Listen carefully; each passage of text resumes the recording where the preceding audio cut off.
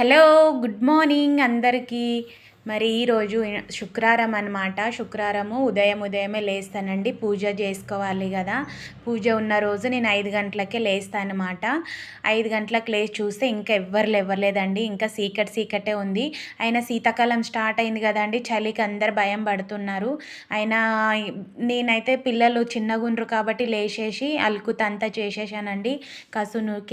నూకేసిన తర్వాత ముగ్గు అయితే పెట్టుకున్నాను. వాకిలంతా కడుక్కొని ముగ్గు అయితే పెట్టుకున్నాను. చూడండి, కడపకి ముగ్గు వేసాను, బయట ముగ్గు వేసాను. నాదైతే బయట పని అయిపోయిందండి. సరేగా నేను లోపలికి వచ్చేసి చూస్తే ఇంకా పాప బాబు ఇంకా పండుకున్నారు. వాళ్ళకి డిస్టర్బ్ ఎందుకు చేయాలని నేను ఇంకా వాళ్ళకి ఏం లేపాలనుకుంటలేను. ఇక నేనైతే నా పని ఏముంది అది చేసుకుంటున్నానండి. శుభ్రంగా ఇల్లంతా నూకేసుకుంటాను. నూకేసుకున్న తర్వాత ఒక పక్కకంతా అనేసి అయితే తీసేసి బయట వేసేస్తానండి. మళ్ళీ తర్వాత నేను వాటర్ తీసుకొచ్చి ఇల్లు అయితే శుభ్రంగా తుడుచుకోవాలి. మాది ఒక బెడ్రూమ్ హాల్ కిచెన్ అండి. ఒక బెడ్రూమ్ హాల్ కిచెన్ తొందరగానే అయిపోతుంది పని. అందుకే నేను తొందరగా చేసుకోవాలనుకుంటున్నాను. ఎందుకంటే తొందరగా తెల్లరైపోతుంది కదా అండి, మళ్ళీ నాకు పాప బాబుకి స్కూల్కి లేట్ అవుతుంది. అందుకే నేను 5 గంటలకు లేచి తొందరగా ఫినిష్ చేసుకుంటాను అనమాట నా పని. వాళ్ళకి మళ్ళీ టిఫిన్ చేయాలి, అంతా చేయాలి. నేను ఇల్లు తుడిచేటప్పుడు ప్రతిరోజు అండి నేను పసుపు వేసి ఇల్లు తుడుస్తాను అనమాట. ఇట్లా తుడిచేయడం వల్ల చాలా మంచిదండి, ఇంట్లో నెగిటివ్ అంతా వెళ్ళిపోతుందని చెప్పారు పెద్దలు. పసుపు ఉప్పు వేసుకుంటాను అనమాట. 2 వేసుకొని నేను ఇల్లు తుడుచుకుంటాను.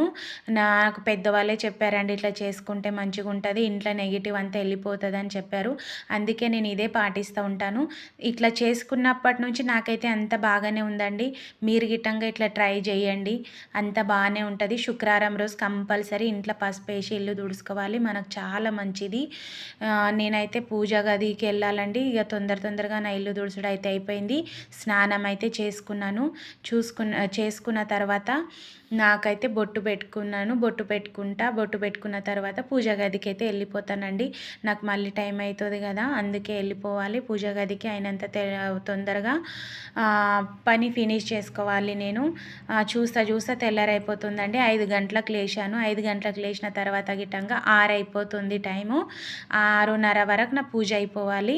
అందుకే నేను ఫాస్ట్గా పూజ చేసుకోవాలని నేను తొందరగా ఇది చేస్తాను.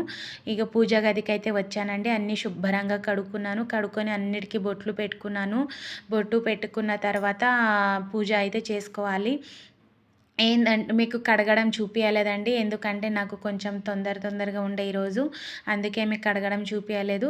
చూడండి, నా పూజ అయితే ఫినిష్ అయిపోయింది. చూడండి, శుక్రవారం రోజు మందారం పూలు 101 పూలు పెట్టి నేనైతే పూజ ఫినిష్ చేసుకున్నాను. మరి మీ ఇంట్లో ఈరోజు ఎట్లా చేశారు కామెంట్